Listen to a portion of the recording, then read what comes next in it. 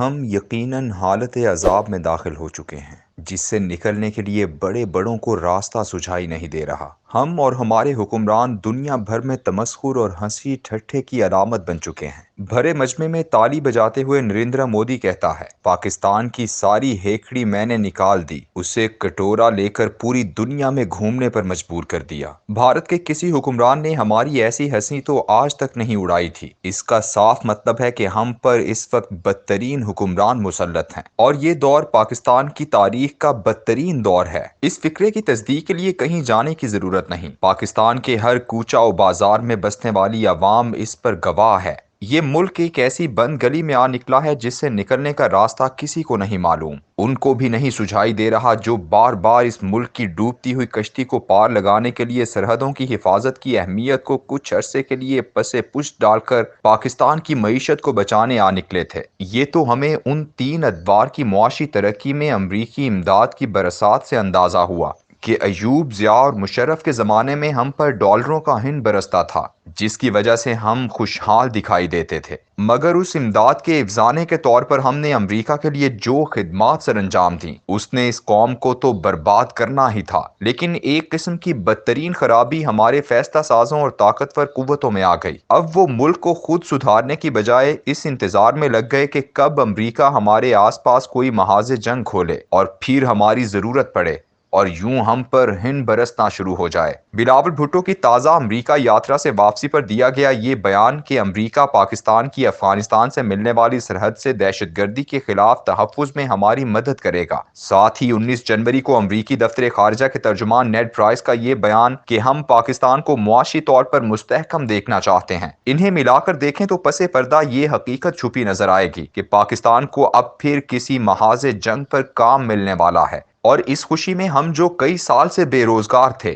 ہماری باچھیں کھلی جا رہی ہیں۔ مگر ہماری اس خوشی کو حقیقت میں بدلنے سے پہلے ہمیں جس شدید معاشی بحران سے گزارا جا رہا ہے، اس کا مقصد صرف ایک ہے کہ ہماری حالت ریت پر تڑپتے ہوئے اس پیاسے جیسی کر دی جائے جو ایک کٹورا پانی کے لیے ہی اپنا سب کچھ قربان کرنے کے لیے تیار ہو جاتا ہے۔ پاکستان کی ایسی حالت اس سے پہلے کبھی نہیں ہوئی تھی جیسی اس وقت ہے۔ ایٹمی دھماکے کے بعد ہم پر پابندیاں لگیں، ہمارے زر مبادلہ کے ذخائر نہ ہونے کے برابر رہ گئے، لیکن ان دنوں کبھی ایسی شکایت موصول نہ ہوئی کہ ہماری دوائیاں بنانے کا خام مال، ہمارے مرغی خانوں کے لیے خوراک اور ہماری بے شمار صنعتی اور گھریلو ضروریات کے لیے اشیاء منگوانے کے لیے ہمارے پاس زر مبادلہ موجود نہیں۔ ہماری زبوں حالی پر روز ماتم بپا ہوتا ہے، لیکن ارباب اختیار اپنی روش میں سرمست ہیں۔ سیاسی انجینئرنگ ویسے ہی جاری ہے، شاہانہ اخراجات میں مسلسل اضافہ ہے، اور انصاف و قانون اسی طرح اشرافیہ کے گھروں کا طواف کر رہا ہے۔ ہمارے حکمران اور صاحبان اقتدار اس قدر بے حس، خود غرض اور عوام کے دکھوں اور تکلیفوں سے دور کیوں ہیں؟ کیا اللہ نے انہیں ایک حساس دل عطا نہیں کیا ہے؟ کیا انہیں لوگوں کے آنسو، آہیں، تکلیفیں اور مصیبتیں بالکل نظر نہیں آتی؟ کوئی سنگ دل سے سنگ دل شخص بھی پاکستان کے ان حالات میں ایسا رویہ نہیں رکھ سکتا جیسا رویہ گزشتہ 10 ماہ کے دوران ان حکمرانوں کا دیکھنے کو ملا ہے۔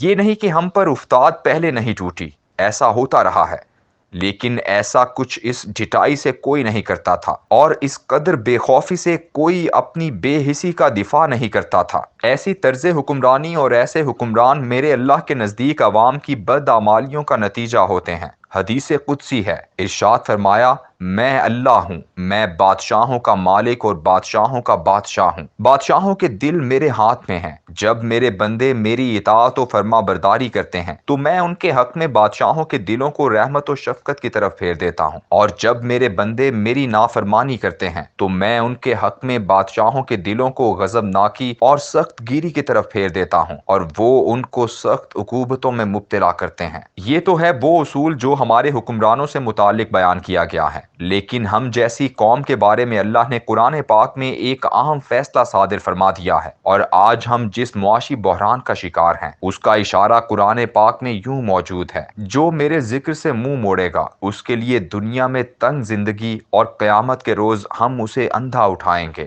ذکر سے مراد قرآن پاک ہے، یعنی جب ہم اس کے درس نصیحت سے منہ موڑیں گے تو ہمارے ساتھ ایسا ہی ہوگا۔ اللہ نے یہاں لفظ معیشت زن کا استعمال کیا ہے، جس کا مطلب ہے کسی کی گزران مشکل کر دینا۔ یعنی تمہارے کھیت لہلہا رہے ہوں گے، تمہاری جیبوں میں سرمایہ موجود ہوگا، لیکن تمہیں چین کی زندگی نصیب نہ ہو۔ کبھی بنیادی خوراک سے محرومی اور کبھی گیس و بجلی کا بحران، رات دن کی بے سکونی۔ مولانا مودودی اس کی تفسیر میں تفہیم القرآن میں لکھتے ہیں، دنیا میں تنگ زندگی ہونے کا مطلب یہ نہیں ہے کہ اسے تنگ دستی لاحق ہوگی، بلکہ اس کا مطلب یہ ہے کہ یہاں اسے چین نصیب نہیں ہوگا۔ کروڑ پتی بھی ہوگا تو بے چین رہے گا، ہفت اقلیم کا فرمان روا بھی ہوگا تو بے کلی اور بے اطمینانی سے نجات نہ پائے گا۔ اس کی دنیاوی کامیابیاں ہزاروں قسم کی ناجائز تدبیروں کا نتیجہ ہوں گی، جس کی وجہ سے اپنے ضمیر سے لے کر گرد و پیش کے پورے اجتماعی ماحول تک ہر چیز کے ساتھ اس کی پہم کشمکش جاری رہے گی، جو اسے کبھی امن و اطمینان اور سچی مسرت سے بہرہ مند نہ ہونے دے گی۔ گریبانوں میں جھانکیے اور خود سے سوال کیجئے کہ کیا آج ہم سب کے شب و روز ایسی حالت میں نہیں گزر رہے؟ وہ چند لوگ مستثنا ہیں جنہیں اللہ نے اطمینان نصیب کر رکھا ہے، اور وہ اپنی غربت میں بھی توکل کی دولت سے مالا مال ہیں۔ کون ہے جو آج چین کی نیند سو رہا ہے؟ کون ہے جو آنے والے کل کے لیے مضطرب اور بے چین نہیں؟ حکمرانوں کے اپنے جھمیلے ہیں، سپاہ کے اپنے مسائل ہیں، تاجروں کی الگ بپتا ہے، مزدور کی تلخیاں اور ہیں، جبکہ کسان کی مایوسیاں انہیں جینے نہیں دے رہی۔ یہ تو اس دنیا میں ہماری حالت ہے، لیکن کبھی سوچا ہے کہ اللہ آخرت میں ہمارے انجام کے بارے میں کیا فرماتا ہے؟ میں روز حشر ایسے لوگوں کو اندھا اٹھاؤں گا، اور فرمایا، وہ کہے گا پروردگار، دنیا میں تو میں آنکھوں والا تھا، یہاں مجھے اندھا کیوں اٹھایا؟ اللہ فرمائے گا، ہاں، اسی طرح تو ہماری آیات کو جب وہ تیرے پاس آئی تھیں تو نے بھلا دیا، آج ویسے ہی ہم نے تجھے بھلا دیا۔